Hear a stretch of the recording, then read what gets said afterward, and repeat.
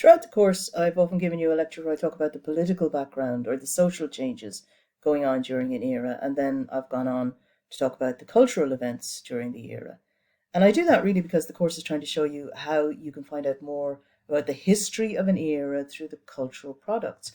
And obviously, also how the cultural products themselves are deeply influenced by the forces that are coming together in the era in which they're produced.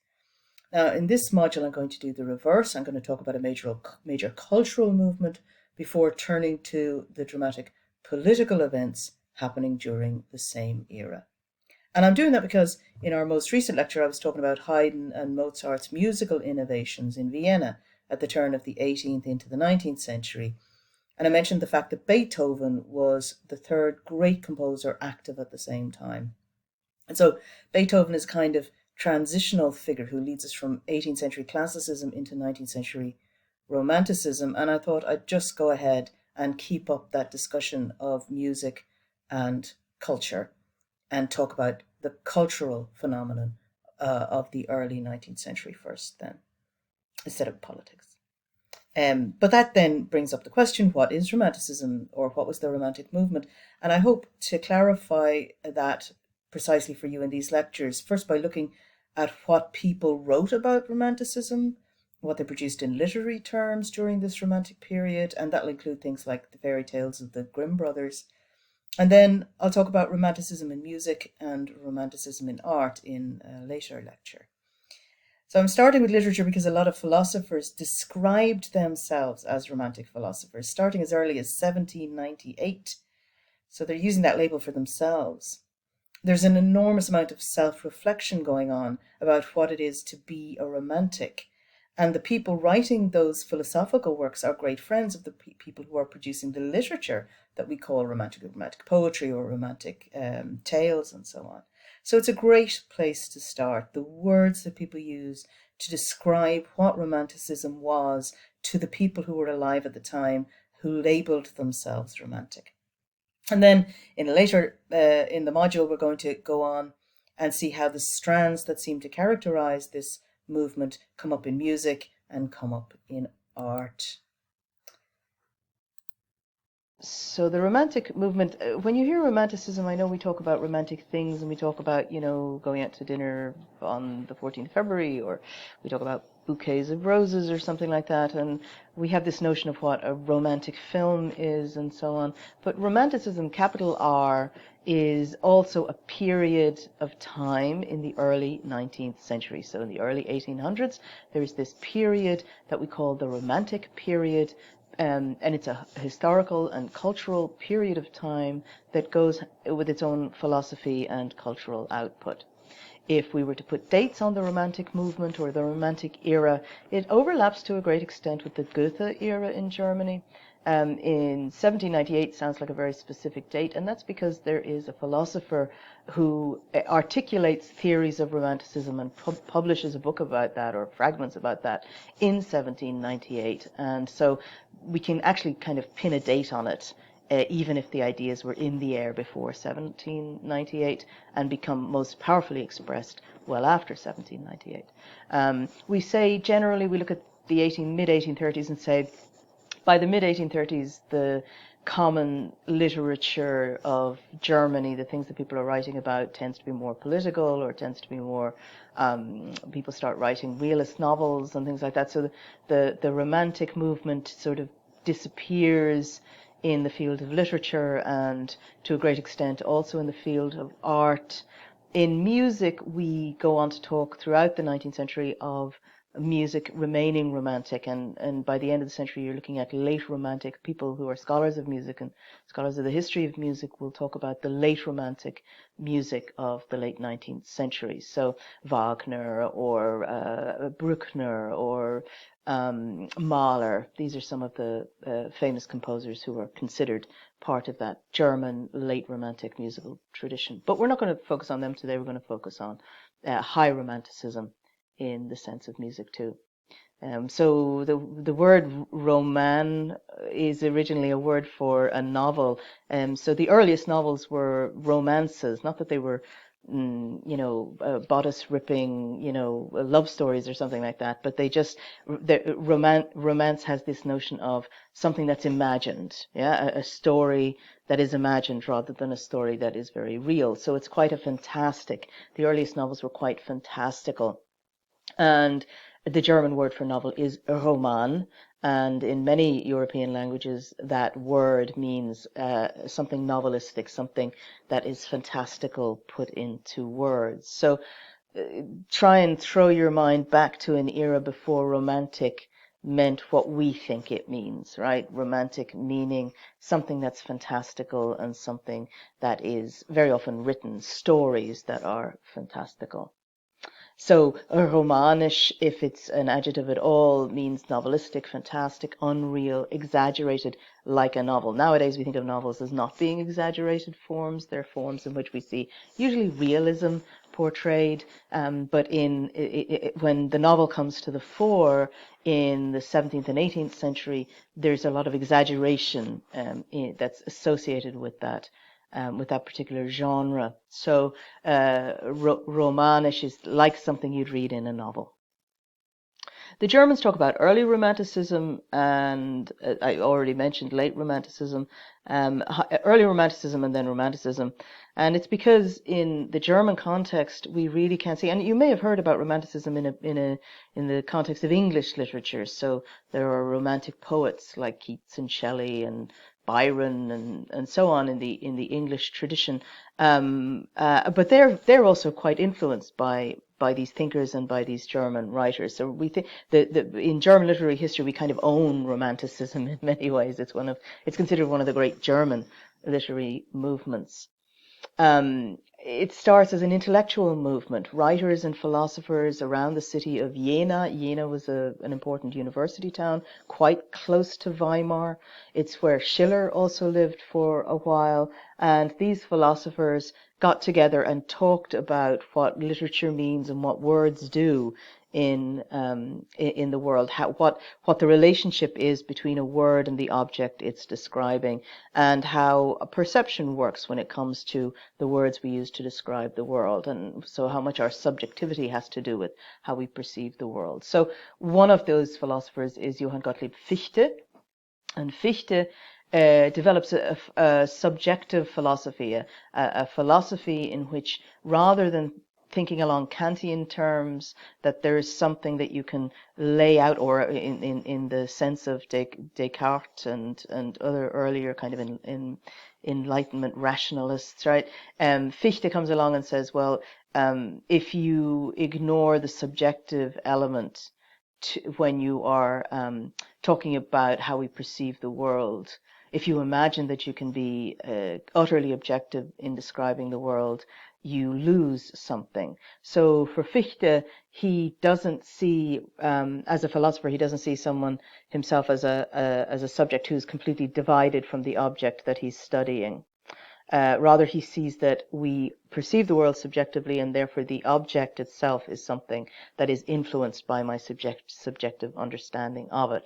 And so I'm going to say here that subjectivity then becomes a really important element in German Romanticism, and you're going to see the subject, the individual, being at the center of things rather than some sort of realistic depiction of the world. It's in that sense, it's very tied to the Romantic movement, is like a kind of more mature, more philosophical version of the Sturm und Drang movement. It's a movement that, while it has a kind of rational element, because we have all of these great trained intellectuals thinking about it, it also emphasizes feeling, emphasizes subjectivity rather than objectivity. And so the Storm and Stress movement is the precursor, we could say that, of the Romantic movement. And so there's an idealization of nature and the organic, of feelings, of the individual's abilities, of the genius, and there's a kind of pushback against rationalism in Storm and Stress. And in Romanticism, there is a lot of that too, but there's also a certain amount of rational ideas. As I say, we've got these trained philosophers trying to put their heads together and think about what the, for example, division between subject and object is. There's not that philosophical sort of reasoning element in the storm and stress movement. So you could say that that Romanticism takes some of the ideas of classicism, of the Enlightenment, and marries them up with storm and stress. So they're interested in not just irrational forces, but also using kind of rational, using the mind, using reason to understand the irrational. I didn't assign this as a reading, but one of the readings in the full term-length version of this course is a quotation by Schlegel, the famous philosopher Schlegel, on Romanticism. And Schlegel's the guy who wrote something called the Athenaeum Fragments in 1798, which is why I said we can pin the date 1798. As a kind of birth moment of a movement that's really kind of been in the air already. And in that quote, he talks about a couple of things, something called progressive universal poetry. He clearly emphasizes the importance of the genius, and he's interested in the infinite, in the unknown, and in the mystical, and in how words, how literature, how writing can kind of grasp those things, the things that are very hard to pin down, mystical things, unknown things, ghostly things, and the infinite. So I'm going to shell out to that reading. You'll find this reading if you go to the readings tab, and it is a reading that's clearly labeled Schlegel on Romanticism. What's really important to note here is that he's using the word romantic. He's saying romantic poetry is this, that, and the other. It's really unusual for us to look at literary history and to see all these movements in literary history and to find in those movements people using a word about themselves while that period is underway. So what do I mean by that? If you go back to Renaissance writers, you won't find any Renaissance writers saying, well, now that we're in the Renaissance, blah, blah, blah. Or medieval writers saying, now that we're in the medieval era, blah, blah, blah. Right? They don't recognize themselves. These are labels that we put on in retrospect. You all thought about periodization when you did your first discussion, and so labels are often put on periods in retrospect to kind of be a helpful shorthand for us to talk about the past, and for us to group people together in order to make sense of the past, or not to get too belabored in talking about the past.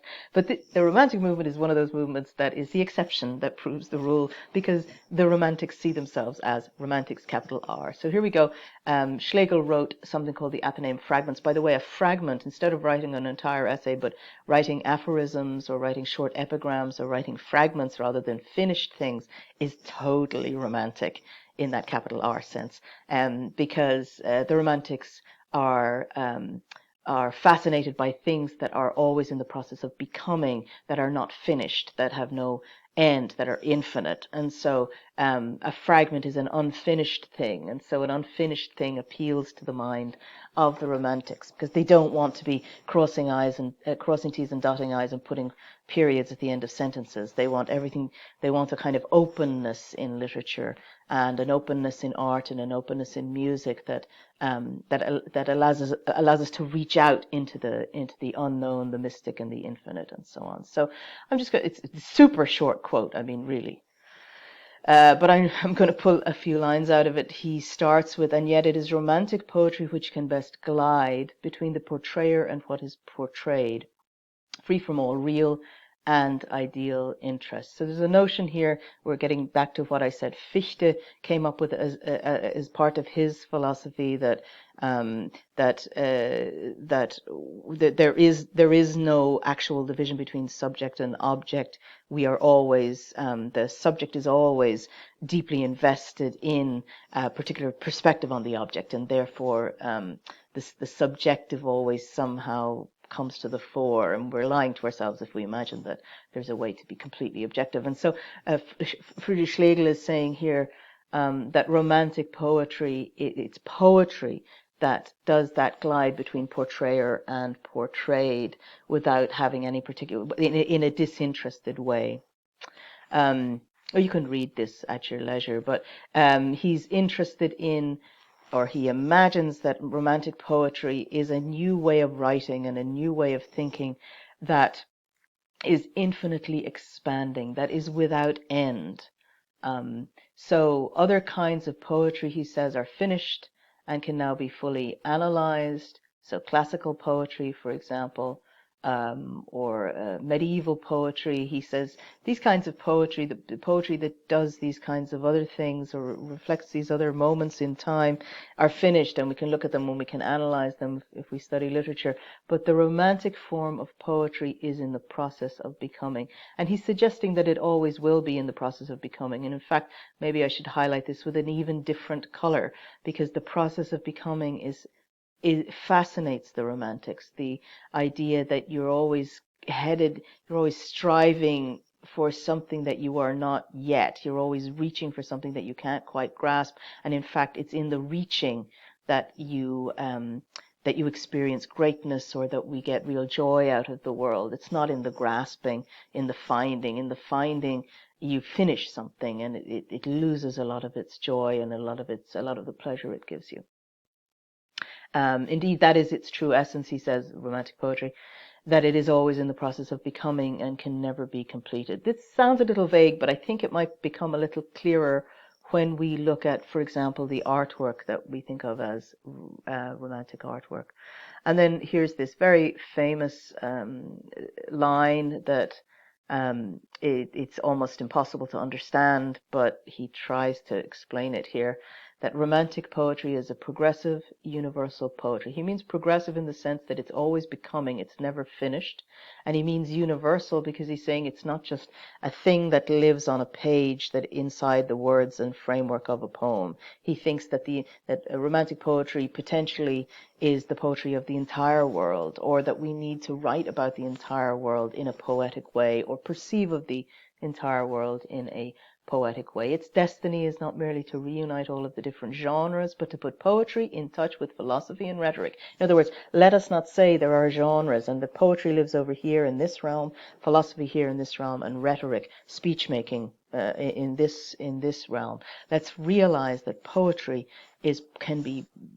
philosophy can be infused with this universal poetry, this progressive universal poetry. So can rhetoric. So romantic poetry wants to and should combine and fuse poetry and prose, genius and criticism. So those are usually the two sides of the production of art. Is the genius produces an artwork and the critic criticizes it. And the romantic philosopher here is saying, no, we don't want that division. There ought to be a fusion of poetry and prose in the production that the genius makes, and in the criticism of the appreciation, let's say, of the art critic. It should make poetry lively and sociable, and make life and society poetic. That's another famous line from the Athenaeum Fragments, that romantic poetry, or the romantic movement, wants to make life and society poetic. There's also a sense in which they want to make history poetic, but we'll get to that in a moment. So that gives you a flavor of what the early romantic philosophers thought. And given that is the mode that they're interested in, then it's not a surprise that the romantics are attracted to mythology, they're attracted to religion, they're attracted to the mystic dark ages and the Middle Ages, to a notion about a kind of pure past that is lost to the present. So they see the Middle Ages as a period when people's souls were more innocent. It's all, complete projection, right? But they think of the past. They think especially of kind of the ruins that are left to us from the Middle Ages as a sign of something that is still in the process of becoming, that is still infused with mysticism and things that are ineffable, perhaps. So intuition. Very often the romantics portray in their music, their literature and art, the realm of the dream, the realm of the fantasy. Eventually, 100 years later, when Freud comes along and starts writing about dreams, very often he and about what goes on in the psyche and in the unconscious, very often he uses examples from romantic poetry or romantic literature, because they're completely filled with stories about dreams and fantasies and and intuition, the things that aren't necessarily easy to pin down with logic. So the Romantics seem to believe in a soul. They even talk about a universal soul. When I say the people, I mean the people in the sense of das Volk, this notion of a great, think of Herder's notion of a Volksgeist, that somehow nations have this organic way of appreciating the world, that they grow out of, naturally out of the soil, as it were, in which they are, in which they arise. And so that sense of a people that's tied to the earth and tied to nature is very appealing for the Romantics too. And nature comes up as well, that again, especially uncontrolled, dark, mystical, scary nature comes up over and over again in Romantic works. So if we just stop for a second and think about the Schlegel we just read, with Schlegel saying, well, there's this never-ending force in the universe, this force of universal poetry that is always in the process of becoming, and that is what appeals to us, and that's what we should be writing about as Romantic thinkers and authors. The Romantics imagine, they kind of project back in time a certain idea about the Middle Ages, about the medieval period. They say, well, the medieval period is a period where mythology is really important. Think of all of the legends that grow up around Barbarossa or someone like that. So storytelling, myth making, Arthurian legends about Charlemagne and things like that. The medieval period is a period that embraced mythology and embraced these inexplicable, illogical, irrational stories. And so the Romantics believed that there is a spirit of poetry, that progressive universal poetry, that was alive in the Middle Ages, and that it has been destroyed by the rise of science during the Renaissance and the rise of rational thinking during the Enlightenment. So the Romantics are often about trying to get back to it's kind of nostalgic, really, the Romantic movement, trying to get back to some point in time or some place in the world where those are the forces that still reign, where there's nobody questions mythology or tries to explain mythology, they just embrace it. And so that's one of the reasons why the Romantics are so fascinated by the medieval period. So yeah, that's what I just said. Here are some of the people who were important Romantic writers: Clemens Brentano, Achim von Arnim, and they went around. So von Arnim and Brentano thought, well, if what the modern world has lost because of rational thinking and education everywhere and the rise of science and the decline of religion, because if what has been lost can be recaptured, if that medieval way of thinking can be recaptured in the modern world, that would be a good thing. And where will we find it, they think? And they realized that they might be able to find it in folk songs and in folk tales, in the oral traditions that have bypassed and not necessarily been, they would think, kind of contaminated by modernity. And so Brentano and von Arnim go out and they collect folk songs, right? Because they think these are actually old enough that they might be medieval folk songs, and they are part of the German tradition that is deeply medieval and kind of can connect us back into that moment when there was a soul, a kind of universal poetic soul that that guided people's lives. So they gather and they publish this work called Des Knaben Wunderhorn, and goes into multiple editions, and it's a collection of old German songs, as they say, alte deutsche Lieder, and it's a super popular work. That's its part 2 of it. So 1808 they have a second volume, and then it continues to go into multiple editions. And very much along the same lines, we find Jakob and Wilhelm Grimm, the Grimm brothers, collecting what they call Kinder- und Hausmärchen. That is fairy tales. A Märchen is a fairy tale for children, and sort of house tales. So these are folk tales and fairy tales that they've gone and collected.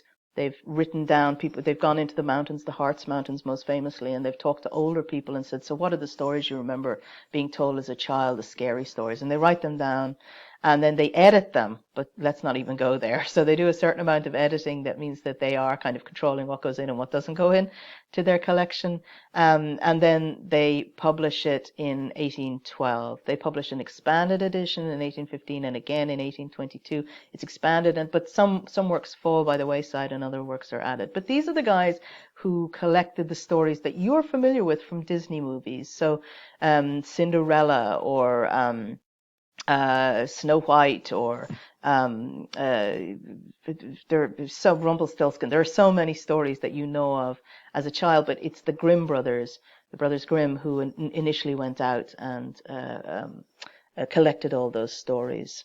The other great work of the Brothers Grimm was that they assembled an enormous German dictionary that for the longest time was the German dictionary. So there's also a kind of nationalism that they're, or kind of a capturing of the national tradition and history of word usage that is important to them. So other Romantic writers include Joseph von Eichendorff. I'm just going to suggest some names to you if you wanted to read more German poetry, for example, that is considered Romantic. He's an absolutely stunning poet, very beautiful poet.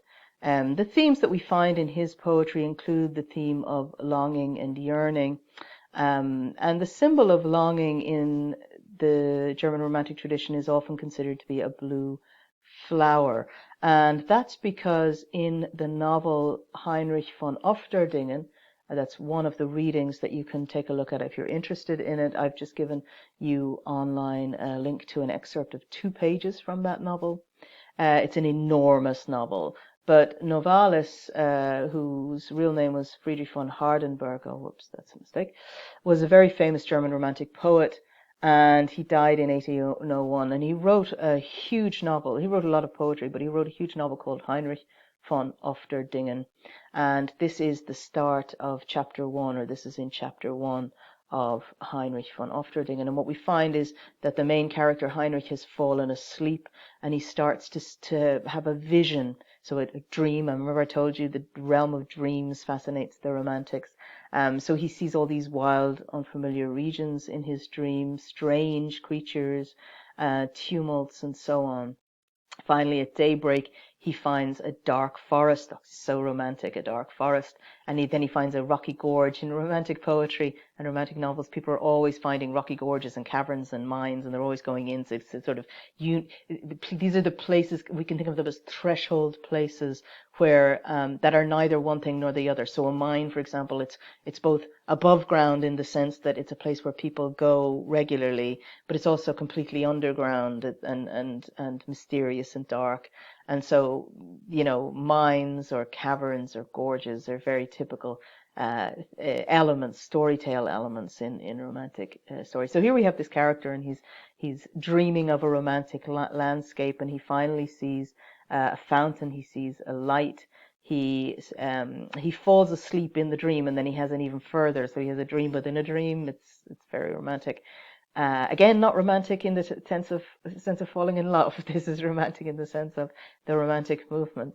And so he is intoxicated, and he's intoxicated by the light and by the dark blue cliffs with bright veins that he sees around him. But what attracted him with great force was a tall, pale blue flower, which stood beside the spring and touched him with its broad glistening leaves. Around this flower were countless others of every hue, and the most delicious fragrance filled the air. He saw nothing but the blue flower, and gazed upon it long with inexpressible tenderness. Finally, when he wanted to approach the flower, it all at once began to move and change. The leaves became more glistening and cuddled up to the growing stem. The flower leaned towards him, and its petals displayed an expanded blue corolla wherein a delicate face hovered. His sweet amazement increased with the strange transformation, when suddenly the voice of his mother woke him, and he found himself in his parents' living room, already gilded by the morning sun. So his mother wakes him up out of his fantastical dream. But the important thing about the blue flower here is that it can stand for almost anything. What it stands for is that thing that is just out of our reach, that thing that we're always reaching towards but never quite can grasp. So therefore, it's a symbol of reaching and a symbol of yearning and a symbol of longing, and at the same time, it's a symbol of precisely this mode of always becoming, of the progressive universal mode that is so interesting for Friedrich Schlegel in his Athenaeum fragments. So random it seems, but that's why I've got a little silly blue flower here. But the themes of Romantic poetry are very often, just think of the blue flower that's just out of reach. So longing, Wanderlust, the motif of travel comes up all the time because you never want to be where you are. You always want to be somewhere else. The Middle Ages I already explained, but we also have like fantastical beings and witches and dragons and ghosts, not just in the fairy tales, but in the actual novels or other works of Romantic poetry. Nature is fascinating for the Romantics, especially unspoiled nature, and nature that is slightly threatening, nature that is awesome. There's this notion of the romantic sublime, and the sublime, we use that word all the time because we think it's a brilliant flavor of ice cream or something like that, but the sublime means something very specific for the Romantics. It's the ineffable, the thing that cannot be quite touched, cannot be quite reached, but it's also magnificent, beautiful, and terrifying at the same time. So these are the two things that come together in the sublime: beauty, a stunning beauty, and awesomeness in the sense that I am in awe, I am even in terror. So a storm at sea would be the Romantic sublime. Anything that's frighteningly huge and stunning. Potentially something like the Grand Canyon might be something that they might use that label for. They're always placing their stories in phases and places of transition, so things that are neither one thing nor the other, things that are themselves in a mode of becoming. So moonlight is both bright and night. Dusk, it's not daytime and it's not nighttime. It's in the process of becoming something else. The seasons, it's not summer they write about or winter. They always write about fall and spring, that these seasons of becoming where we're transitioning from one thing to the next. And they also talk about a typical romantic novel has almost cliched settings. So scenes will be set in ruins because a ruin is a building and not a building at the same time. It's the past, but it's present in the present. So there's always ruins in romantic works. Cemeteries where the place of the living and the dead at the same time, in a way. Ludwig Uhland, who was one of the great romantic writers, says a place is romantic if ghosts wander there. So any place that feels haunted or mystical or spiritual in that sense is a romantic setting as far as Uhland is concerned. So they're also, their novels and their poetry will often depict castles and old churches and ancient temples and things like that. Okay, so it's also important to remember that because the Romantics are obsessed with the notion of subjectivity and with our subjective perception of the world, it's not enough for a romantic image to just show the unspoiled nature. There are almost always people. There's almost always a subjective individual in these places who's interpreting things and who's perceiving these things in an individualistic way, sometimes even in a way that represents all of humanity. So we'll see that in the paintings of Caspar David Friedrich.